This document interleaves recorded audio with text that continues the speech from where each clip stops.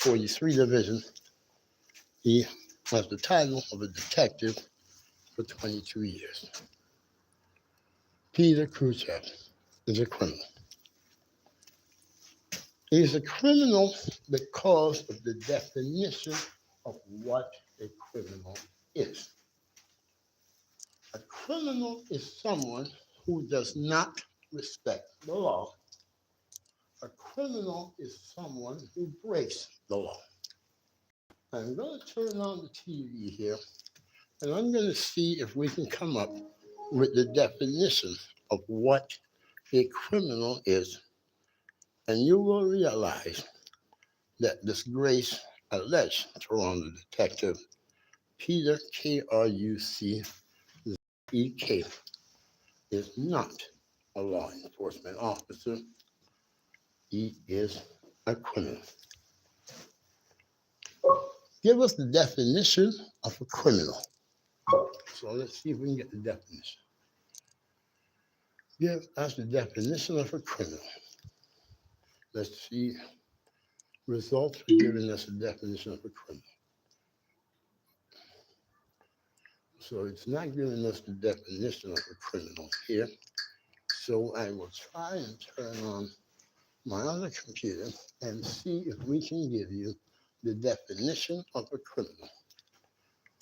And you will know that Peter Kruczek of not the Toronto Police, but Toronto Law Enforcement Service, Toronto Police Force. They have taken over the Law Enforcement Service. Cops, not law enforcement officers. And they've turned it into a force to where they try to show that they have power over the people. But yet you, the people, are paying for them. So many abuse of authorities and so many simple incidents. And you will see a force of police officers showing up, whether it's a false fire alarm or whether it's an alleged fire. And when I asked a fire marshal or fire captain why so many police, he says, oh, they like to tag along. We're having police officers tagging along when there's allegations of even if it's a false fire alarm. Now let's give you the evidence to show that Peter Kruczek of 43 Division is a criminal because he broke the law. On March 30th, 2025, there was a fire in a room, this room here. And the fire was admitted by Paul Keaton, an individual who I was in a kick out that let use this room. And since I had rescued the dog from an abuse that was in very poor condition, we'll show you the evidence of all of this. I did not know how the dog and my two cats would get along, so the two cats were in this room with Paul. Over here was the electrical socket, and the electrical socket, when we asked Alison to fix it because there was no cover, wires were sticking out, they said I think it was a maintenance guy, right? And in turn, Keaton admitted that he had plugged in a whole cell phone. He said it was a 7-year-old cell phone with a lithium battery. So after the false charges and the allegations, which we've been exonerated from without any doubt, that showed that Khrushchev was a criminal, right? After that, we still have not ruled out the possibility of arson, but it's already proven in the court of law that it was not me, that I committed no crime. But through the case, when we went through, evidence showed that Peter Kruczek did commit a crime. And because he laid criminal charges, filing a false police report after the two officers who arrested me, falsely arrested me, using fabricated information that he knew was not true out of taking portions of a statement I'd given to an officer downstairs of how I found out about the fire. And in turn, Keaton, when he came and I told him about the fire, he stated, "Oh, I plugged my old cell phone with a lithium battery. It's a 7-year-old cell phone." So with Khrushchev saying that thing about arson, I haven't ruled out arsons, but Keaton has died up to a couple of weeks ago. So I have to find a way to get, there's a way to prove if he did commit arson. It's a 95% chance, 95, 98%, 99% that, we believe he didn't, but me and Mr. Greco had some questions, and I know how to prove it, and we have to find out. The police didn't do any investigation because it turned out, it seemed their motive was that they had lost the case in the Superior Court of Ontario, where I put them on trial for corruption in a case involving an individual known as PC Corrupter. And the investigator who was hired to investigate the claim against him. And I did also put their overseer, the OIPRD, now called ECHA. And it turned out around the same time of the fire, the courts had ruled in the favor of Kevin Clark on behalf of the people versus the Toronto police and their overseer, the OIPRD at that time, for corruption. And they did rule that Kerr lied and that the investigator did not investigate, and they sent it back to the OIPRD, or now known LECA, LECA. We believe that that would have been the motive, or could have been the motive, why someone in the division who was involved in some form of corruption and things I was exposing in housing and in the police force and in the city. And somebody may have said, "Well, Peter, why don't you say you're a detective and you lay the charge?" And in turn got him to do them a favor without even visiting the apartment. According to Keaton, the investigator, Peter Khrushchev, never even came to the apartment. He spoke to the fire marshal. Now, in courts, it was made to seem like there was a fire marshal that caused the charges to be laid, but in turn, the courts were outraged that they would send so much emails to the fire marshal to produce a fire marshal report, and they never got the response back. And then it turned out the fire department came back and said, "Oh, the person who's in charge is on holidays," when the judge had given them 3 weeks to come up with a fire marshal report. And in turn, they said, "Oh, he's away." And when was he away? Until the day after the 3 weeks was over. Then the judge says, "Well, would we be able to get the report then?" "Well, we can get an update." So basically, they felt because I had housing with a mental health commission that they could say I was crazy, that I would do something as stupid as taking, they alleged that I took a cigarette while I lived in the living room. Keaton, we already acknowledged, was in the bedroom. We acknowledged the fire was in the bedroom. And we acknowledged through a video from Kim Fawcett, who was over there in the park in Borden. And she had recognized the fire. In her video, you'll see that the windows were blown out, and a cigarette would have caused something that would blow out the window. And then if Khrushchev had investigated, he would have spoken to me and hear that when I knocked on the door and I screamed, "Paul, Paul, Paul," and didn't answer, when I opened the door, there was a tsunami of smoke came, and I thought Paul was sitting over there where he normally sit, and I was going to try to crawl under, even with my genetic back which is loose. But at that point, there was a spark in the corner, and they had somebody came in to replace the covering that they had taken and thrown in the garbage on the eater. And it was not a regular covering like that. It was a covering that seemed was for something else, and they mended it into a covering. So I do not know if that could have caused the spark, could have been the eater that blew up, that blew out the window. But the detective, the so-called detective, didn't do any investigation. So we don't know all that. Also, I know that Keaton does not have a criminal record, and he had clearance from the police and connections because he used to work with the police going into jails and other jails. But the only way it would have been, yeah, arson. He had left with my dog around 2:30. When he came back around 2:40, 2:45, I was just leaving to go downstairs. Didn't have my shoes on or nothing. And when I came back, I saw the dog, Hennessy, so the door was locked. So I figured Keaton was in the room.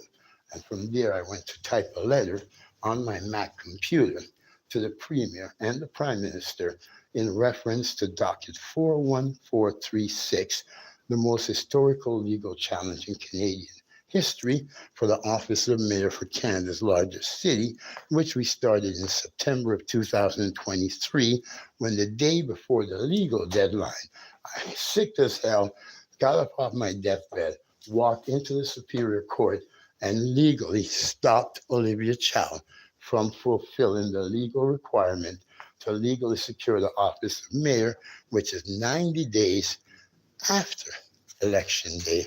That person was the person who's appointed by the city must make it through that day time without no one in the city of Toronto who is eligible to vote filing a legal proceeding, starting a legal proceeding, contesting their appointment. She didn't make it through because I stopped her on the 89th day. That means, in turn, she was not the legal mayor, and she could not have done it legally because she was still just an appointed mayor. And she was served, and she was obligated, if she had respect for the voters, for the taxpayers, and for the people, she was obligated before she raised taxes or before she did anything that legally binds the people, because you need to be the legal mayor after the appointment, not the appointed mayor, the legal mayor. That means you need to be sanctioned by the provincial level of government, which they could not have done because she was a defendant in a legal proceeding, and Canadian law states we're founded on the supremacy of God and the rule of law. And the rule of law would forbid her from legally claiming the office of mayor as long as there's a legal proceeding in a court of law contesting that appointment. So you understand? The legal proceeding started on September, the day before she was supposed to be legally secure the office. She was served that she did not have the right to legally claim the office of mayor because there was a legal proceeding, and according to the rule of law, she had to respect the rule of law. She ignored that, and the media did not tell you about it, which show you that the media and her are working together. And she's a media mayor because even whether you think it's frivolous or there was no grounds, as long it was not about what the merit of the case was. The fact is there's a legal proceeding in the court of law.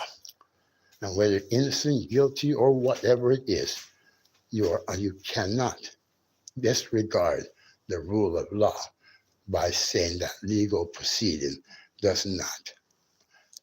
you don't have to abide by it, that you're above it.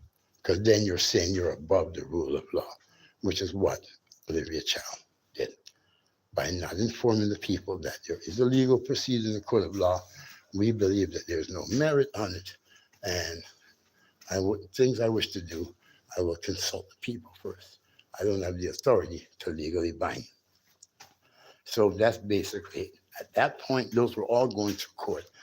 I was in the Human Rights Commission against Toronto Community Housing, in the Landlord and Tenant Tribunal, who I was taking to court for corruption. I had the police in the Superior Court. I didn't know at that time the judge had ruled in our favor, and I was the applicant in a legal proceeding in Canada's highest court on the docket 41436, contest against the City of Toronto, contesting the election of Olivia Chow. A lady from down the hall brought me some food, and during that time, I typed the letter to the Premier and to the Prime Minister. Well, why did they not acknowledge this? And we wish them to. I in turn ate the food. The food was so darn good. It was amazing. So being full, I decided to go smoke a cigarette, walk towards the bathroom, but in turn I had to go take a poo too. And I stopped with the cigarette under the smoke sensor. Took a couple puffs and just smoking a cigarette. And I blew it out. And the alarm went off. I'm surprised that the alarm didn't go off this time. There you go. So the alarm went off. I turned, took the cigarette, went to the bathroom, and I put the cigarette out in the sink. Then over here, there was a table right here. I went to the table, I grabbed a CD, walked over to the alarm, went like this, and took a long time, fanned it out, and it stopped. Then, while I did that, I smelled something. Something didn't smell right, so I went here and I looked around. There's no smoke, no nothing. I went back in, and at that point it was cold in the unit. I was there, and I looked over here towards the stove, which was nothing. So at that point I think about Paul's room. The door was locked. So while the door was locked, I know, Paul, no answer. Paul, no answer. Paul, no answer. I tried to open the door. It was hard to open, like a vacuum. When I opened the door, oh my God, the tsunami of black smoke just engulfed over there. At that point, I started screaming, Paul, Paul. I'm looking for where he normally sits over there. Can't see him. And I was going to bend down and go under. But then the spark is over there. And at that time, it overpowered me. Hennessy out. The dog was here. Hennessy, she had no leash on. She came out from there. I went press the fire alarm. And I ran down here. This time I have just a pair of skimpy shorts on, small thing. Grabbed that, came back towards here. And don't really know how to use them, but I saw a pin. I tried to pull it out and tried, it won't squeeze that thing.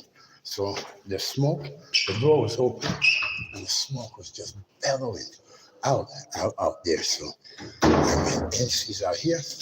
I went between here, started banging it. Please work with it. Finally, I put the squeezer was working. I go towards the door.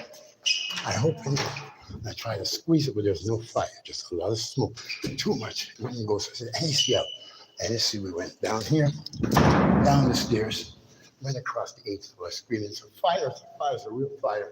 Then all the way to the end of the 8th floor, down to the 7th floor, went to Eddie, my friend's place, knocked on it on the 7th floor in no answer. So I ran down to Shannon, who I knew was there. Shannon, can I use your phone? I ran, Paul, in there. She let me to use my phone. Says, can you call this number I give? I said, Mario, can you get down here? Get down here. I think Paul's there. I don't know what's up with Paul. That fireman meant me. I said, man, just get down here. Man, from there, I ran downstairs to the lobby, screaming, where's the fireman? Where's the fireman? No fireman.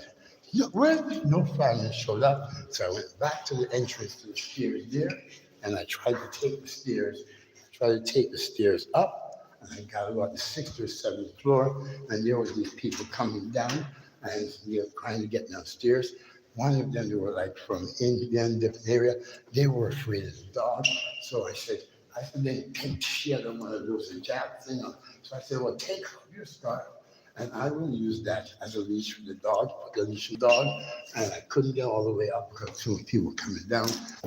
Another elevator opened, so in turn, they can't go on that elevator. I go on, they tell me I can't go on. I said, what do you mean the fire's in my place? So finally they get up and they stop at the 7th floor. I said, why you stop at the 7th? It's their policy that they don't go all the way up to the floor where the fire is. So in turn, I said, they got off the 7th, went to the firemen, went to the other side, the 2-bedroom side. A bunch of them, while they're going towards the 2-bedroom side, they are dropping and they're dropping their fire tools and everything. And I thought, oh my God. I said, get here. And then I go across to the other side, to the 7th side, and I go there and I said, oh, he said, well, sir, you can't come up. I said, well, why would you get up at 7, right? Yeah, I'm on a live stream right now doing the thing. So I said, wait. I'm on a live stream doing the thing about the fire last year, right? So I can grab it and then come back up. Or you want me to come back? Because I'm on the phone doing a live stream about the fire last year. So I'm summarizing the whole thing. Okay, now send this. So I'll come back in about 4 or 5 minutes. Okay, so in turn, we're here on the 7th floor, and it's like disorganized. So why would you don't go to the floor? Why do you go to the 7th floor? Wouldn't you go to the 8th floor so you'd be able to get the hose them up there? They went to the 7th floor and tried to stretch all these up there. I believe that if they had acted in the manner of going to the 8th floor or to the 9th floor, but at least the 8th floor, then my two cats would not, they alleged to have died, but I may have doubts, right? I don't think they would be so evil as to say they had, but we got chips of the cats, so I'm going to follow up on that. So in turn now, they got up and I ended up going back downstairs. They told me that best to go downstairs. And I go toward the lobby. And I still had the fire extinguisher in my hand. And so I kind of totally like smoked out. I totally nobody's paying. All these people are coming down and everything. And that's when a cop comes up to me. And I call him and he says, and I said, well, what happened? I said, there's a fire. Paul's in the room. So on. But the cop wasn't concerned about my health or anything. The cop seemed so vigorous that he wanted to this out of my hand. He made all this effort to tear this out of my hand, to tear it out of my hand. That's also shown. Why would the cop would be so focused on taking it, and I wanted to keep it like that's what it was like just a memory. But the cop was so focused on just yanking that out of my hand. And he yanked it out of my hand. I sat down there. I wasn't breathing. A security guard came from housing. The housing, this don't lock properly. This glass is loose. This should not be loose, this glass. It was not installed properly. I guess the wrenches are there. And also this should work, so it closed, but this don't close. These are the negatives. So we're asking in front of fire from housing to see that this is secure properly and that this is not as loose as it is, so that can deter it. Because if this flies out, somebody can walk into it, and these things here, they're not tight. So these screws should be tight. People are working in housing to make money. They're not working in housing to make life better for the tenants and for the children. And that's why Kevin Clark is here. For the past 7 years, I've been basically the only form of property management they've had here. But yet others have been paid to do the job that I have been doing. Like, look at this. Look at this, negative. Look at this. Like, that means there was no care. See that? No care. Right? If this loosened down here and that goes there, this is going to fall right up. So, but let's just see just like it did here. You see that?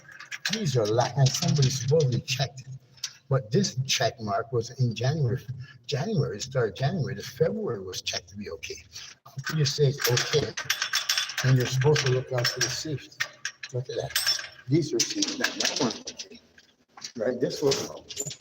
So how can they say it's okay in February when this is not okay? Look at this. Right there. So that's crucial. So I told that to the cop and I explained to him. I told him I was writing a letter, and then I went to the bathroom and I really stand on this phone. Went off. Then I put up a cigarette, and in turn I fan off the sensor.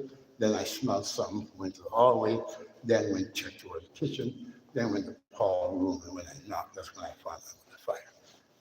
Crew check is that statement I gave to a police officer and fabricated the story that said Mr. Clark lit a cigarette, started the fire, and in turn changed his mind later, and in turn ran to grab the fire extinguisher to put out the fire that started from the cigarette.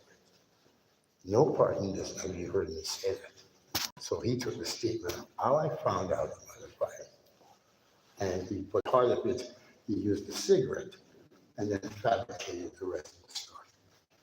That is the criminal act. You took a true statement and you took a few words out of it and created your own statement to lay a false criminal charge of arson. As my lawyer said, it's impossible to have been arson if he said that you tried to put it out. So Prucha and Paul stated that he didn't go upstairs. He did not speak to me. So, and it's a fire where you're alleged arson. And so you're saying within 3 hours after the fire, you did an investigation. You will see in the statement from the police when they enter my unit that Prucha did not do any investigation. He came and just said he's going to lay charges because I guess he used my housing record as I got to the Mental Health Commission of Canada, and he figures he can say I'm mentally ill, and he did that. That is a criminal act. Anyone who take a statement and alter the statement and put their own words, that is breaking the law. That's what Peter Prucha did. And there's zero evidence. The courts were outraged. We expect him to be charged for filing a false police report. We expect him to be charged for false arrest. And we expect him to be charged for whatever acts there is in the police department to protect citizens.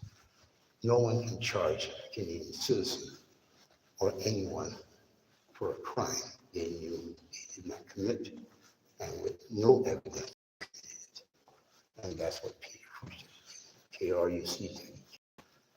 And he has forfeited his badge as a Toronto police officer. We ask the Toronto Police Service will supply the rest of evidence to immediately remove him and to relook at all his other cases. If he could have done something like this to me, imagine what he did to others. To God be the glory. Kevin Clark, me.